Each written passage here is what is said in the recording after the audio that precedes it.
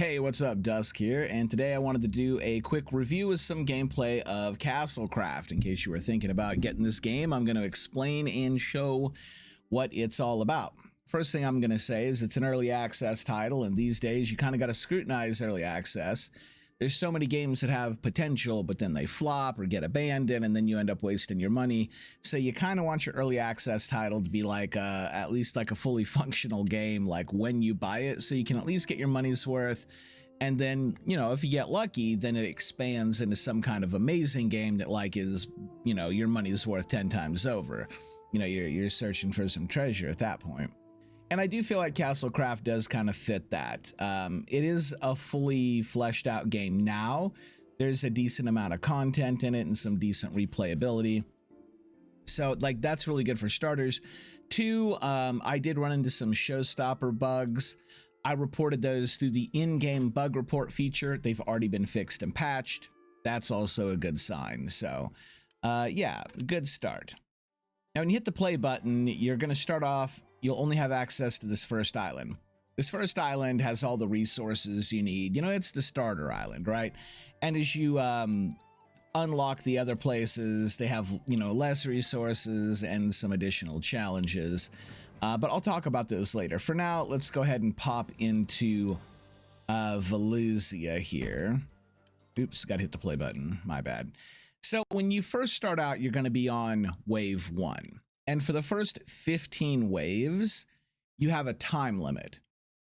You only have X amount of time, and it's whatever you can gather and build in that time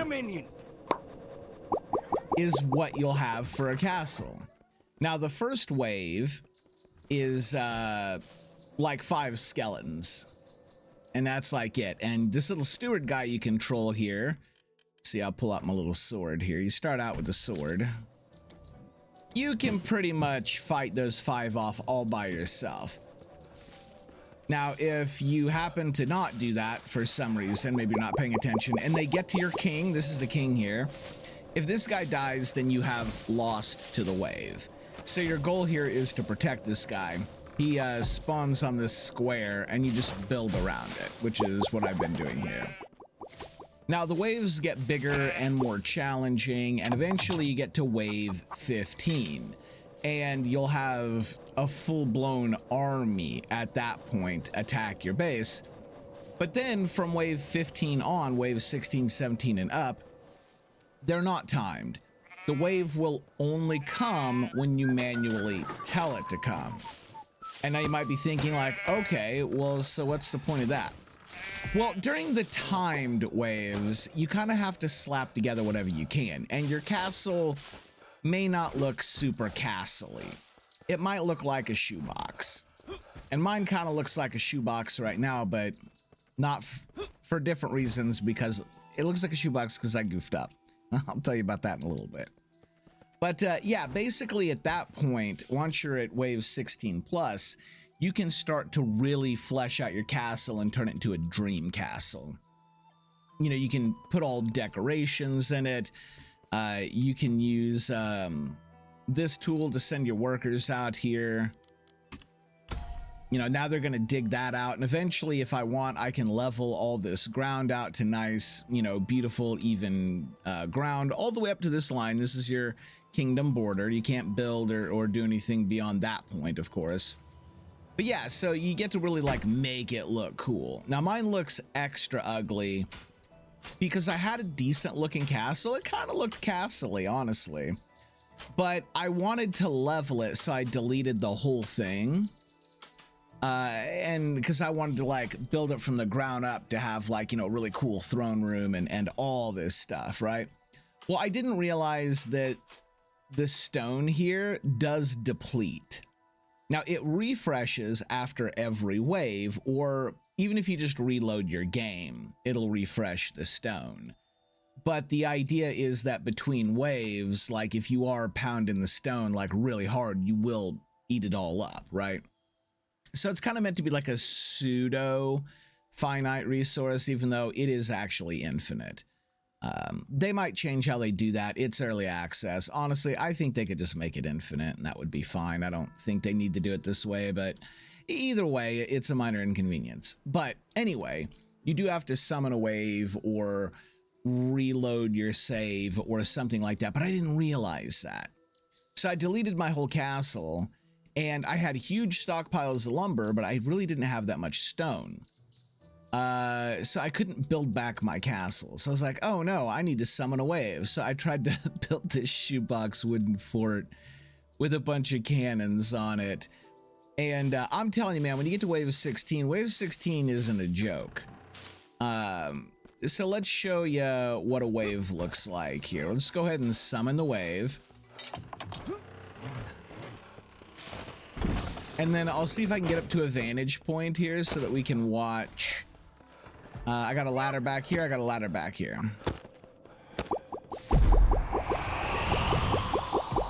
All right, let's get up here.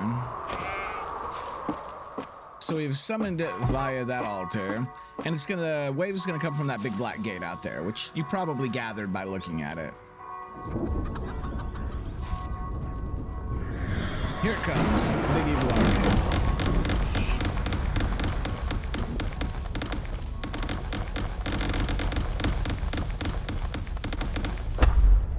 There are flyers,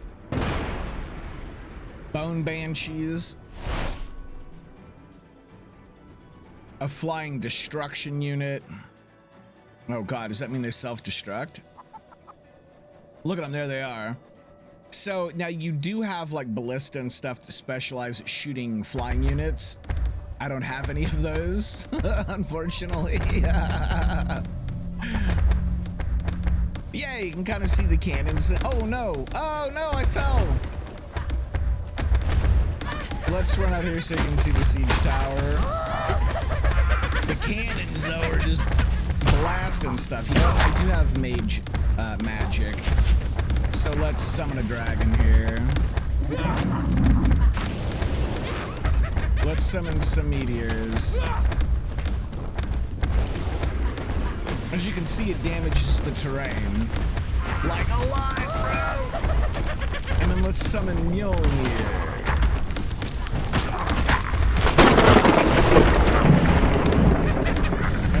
Out of here because I'll get one shot. You got this siege tower, which I'm being chased. Catapults. They don't. Protect the king. Yeah, somebody got inside probably. Oh, the flyers started dropping bombs, and if they looks like that. Yeah, you can see them up there in the background, right? Yeah, they probably blew a hole in the cheap wooden roof I had, and then just dropped some bombs on the king and killed him. So wave over, and we'll do restart wave. Restart wave will take you all the way back to the beginning of your build phase. Although, again, when you're at wave 16 and up, it's a little different. It jumps back to your most recent save point. You can't normally save mid-wave, but since you have like infinite time, it does let you save your progress here. Just anytime you leave, let's see, you'll be missed, you'll hit quit, and then it'll say, do you want to save your progress? And you click yes. But we don't want to quit. We don't want to quit. So let's talk about the economy a little bit here. So like this is a lumberjack area, so these guys are going to gather wood. I've got a ranch here that gathers food. We've got wheat farms, which are food. We've got quarry workers here. They gather stone. And then we've got some iron quarry miner dudes over here. And this whole tile set's their workshop. Now, graphically, it's pretty bare bones, but I think that's, you know, early access. I have a feeling that as early access progresses, we'll probably see them add, you know, a little bit more of a flourish, you know, little blacksmith shops. That's hard to say. You know, to kind of flesh it out and make it look a little bit better. Like with the ranch here, the fence, I manually built that fence. That doesn't normally come with a fence, but, you know, I wanted the fence around it because it looks cool. And then the road, you know, the roads actually do make you run faster. Make sure your dude's faster too, which actually boosts your economy, which is important if you're still in the timed wave phase, right? Okay, so let's talk about the level up process. When you first start, you don't have access to a lot. Literally, the only thing you can build is wood. So you have to hit your tab key here. And so like economic zones, you double click on it, and then you get a tree in here where you use gold to unlock different things. And then troops, you have to buy to unlock this, and you can get archers and soldiers. And you've got your siege weapons, your ballistas and cannons and flamethrowers and all that stuff. And you can do trap heavy stuff if you want to. And some of them get a little bit, like you've got meat grinder wheels and a giant heat plate with fans that blow, you know, units around. If you want to play it a little bit more like tower defense-y, right? Like that's definitely not like a medieval defense here. Fans that blow people onto a heating pad, but it's there if you kind of want to do something like that. But you can definitely just tailor your castle to be a little bit more medieval if you want to, or completely like have that medieval fantasy vibe if that's what you want to go for. So it's pretty cool. You know, you can dig out moats, and there's no water for the moats. You just put spikes and stuff in the pit, or you can just dig a really deep trench to see if you can get the enemy units to go around them. I think the giant siege tower is going to roll over anything. I don't think that thing cares about the terrain. I think the only thing it'll stop at is like a fairly tall wall. Maybe. I don't know. I've always killed the siege tower because I'm so afraid of it. I've never actually let the siege tower roll up on my castle. I actually don't know what it does. But yeah, that gives you an idea here of basically like what's going on. But let's talk about the extended gameplay loop. So after you get to level 15 and you beat that, you unlock the next level, which from here you go to Stygia, which is a desert. Now the desert doesn't have any forest, but you will get passive income from this realm, right? And that passive income can be increased by coming back here and defeating more waves. So if we can defeat waves 16, 17, 18, you know, then we'll get more passive income, which will help us out in Stygia, which gives us a reason to come back and build our perfect fantasy castle, aside from just doing that because it's fun and then throwing monsters at it to see how well it holds up. Also, you'll notice that the ground is all back and the walls are fine. After every wave, it does auto repair and refresh everything, and it puts it back. So you don't have to like manually repair all your stuff, which is kind of nice because sometimes your castle gets absolutely just, it gets really destroyed. We'll just say that. So it's nice that you don't have to you know, manually repair it. You can kind of just get back to like doing cool stuff, right? But yeah, so let's see. Oh, and there's your bug report. I think you click profile, and oh yeah, do you want to save your progress? Yeah, sure. We'll jump back out here. So what's Stygia look like? We'll jump in here, and you can kind of see what this looks like a little bit. Now, it's still going to be an undead skeleton army, but Stygia does have some unique units in it, and there are these like driller guys that can dig underground. So they might go under some of your walls, right? So you do have like that going on the ground. The sand is more destructible. Obviously, because it's sand, right? So you do have like much bigger holes, and you will notice that these are giant floating islands, right? Like that's actually kind of thematic to the world. So if you blow a big enough hole in the sand, you actually blow a hole through the bottom of this island, and so you as the player can fall through the hole and die. So you have to be careful about the hazards you create with your own stuff.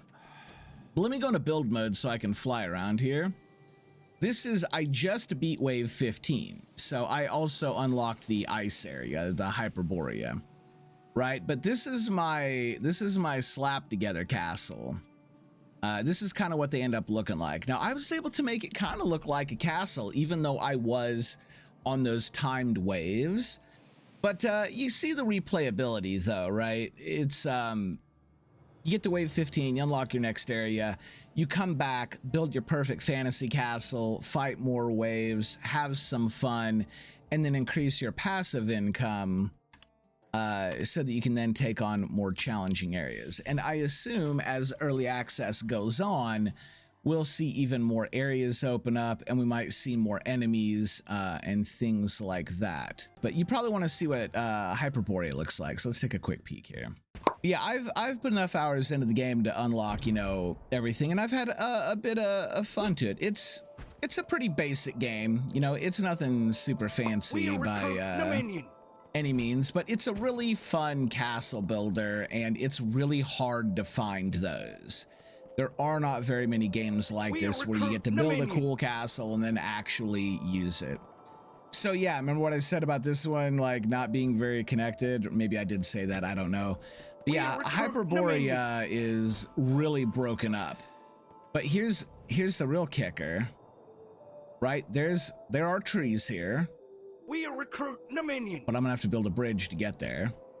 There is stone. There is iron. I think there's some iron over here. But you're gonna have to build bridges to get to this stuff. When you go to build stuff, like that, this is the building tool. Click again. And then your builders will start building that stuff. And you can go help them if you want, but you know, you've got a whole team of builders. You can also start out with, you know, that, if you want to raise it up. Like the building is pretty easy, or it's pretty good. Like you've got really good building tools. And, you know, I showed you earlier where you can also get people to like dig out terrain if you want to, you know, dig out the snow or level terrain. There is also, is that it? Yeah. 5, which is putting dirt down. So I could build like a grassy courtyard here if I wanted to. So you can put dirt down. Like there's a lot you can really do. And it's I don't know, it's really cool. There's just a lot of stuff here. There is a lot of stuff. There's all the magic you can do. If you want to master the bow for your own personal character and fight more, I personally like just sitting on top of the castle so that I can watch everything play out. You can manually control, you know, a ballista if you want to fire a ballista or a flamethrower or something. Like you can really like go about kind of playing this however you want, right? So yeah, that's pretty much it. If you have any questions, you know, let me know in the comments below. And again, like I said, if you want to see like an actual like full playthrough of something, because I'm gonna have to reset because my saves aren't really compatible anymore. Like I'll be happy to make some videos on that as well, because it's a pretty fun little game. Anyway, that's gonna be it for this one. Thanks for watching. We'll see you in the next one.